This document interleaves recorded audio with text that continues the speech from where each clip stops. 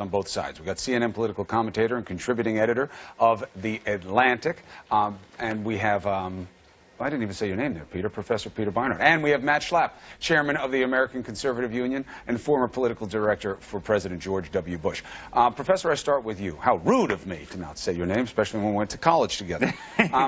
When you see Brexit, it was a vote that was done out of anger of people, and sometimes you don't make your best choices when you are angry. Do you believe this is an example of that? And if so, why, in terms of its reverberation back to our election?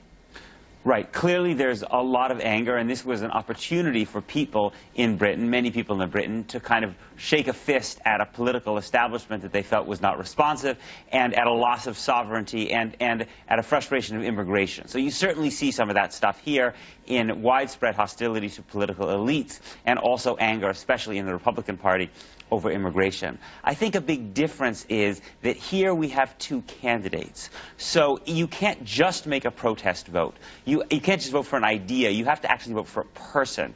And I think there is a percentage of people who would love to shake a fist at the American political establishment, but still have problems with Donald Trump. In fact, his response to Brexit underscored the fact that he's a flawed candidate. Saying that this is great because it's going to put more money in my pocket because people are going to come to my golf course was probably not the wisest response to Brexit, and underscores the fact that he may not get all of the supporters who themselves would like to be anti-establishment. Now, Matt, there are a lot of characteristics that make the Brexit distinguishable from what's happening in the election. There are a lot of layers of trade and politics and narratives going on. However, this first element that Peter identified, the populism of it, taking your country back, that does resonate back here. And what do you see as a chance for Trump to play to advantage here, and has he so far?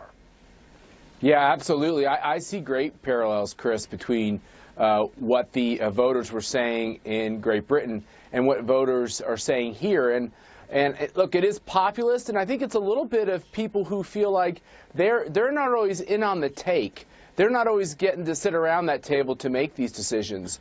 It's about economics. It's about the fact that many Americans don't see a great future in their economic prospects. It's also about sovereignty, as Peter said. It's about the idea that they don't like the fact that somebody else is telling them what rules should be followed and what rules shouldn't be followed.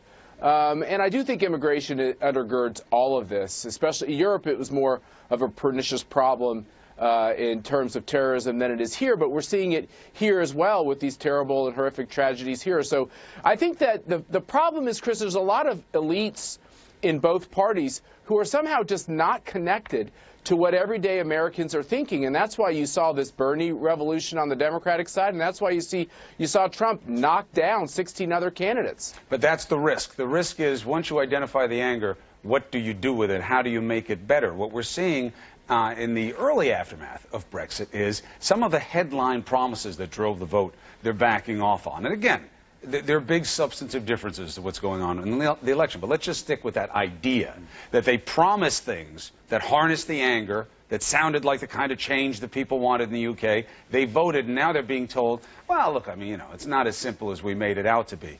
That's powerful medicine also. Right. So you can play this either way. I think this could hurt the U.S. economy, which might actually help Donald Trump because it makes people more frustrated. Or you can say this is a kind of instructive tale, a cautionary tale for people who might want to vote for Donald Trump. You saw the ad that Hillary Clinton went up with. She said, in a volatile world, do you want a volatile candidate? Which is, do we want to wake up the next morning and be dealing with some of the same fallout that the British have dealt with Brexit? Because Donald Trump's election, according to a lot of economists and people, serious people who look at this, actually could be very, very harmful to the world economy. Now, Matt, you know, you have to, so explain why you don't believe that, because that's the concern. No, look, I quibble with this word anger. I quibble with the word anger used for these UK voters and also for these American voters. I don't think it's fair to say that they're some kind of like irrationally angry.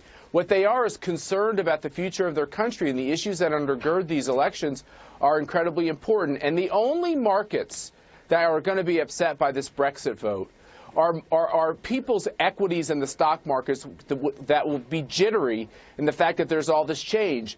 But there are bigger economic problems besides just the value of your stocks, which are, what are your economic prospects of your people?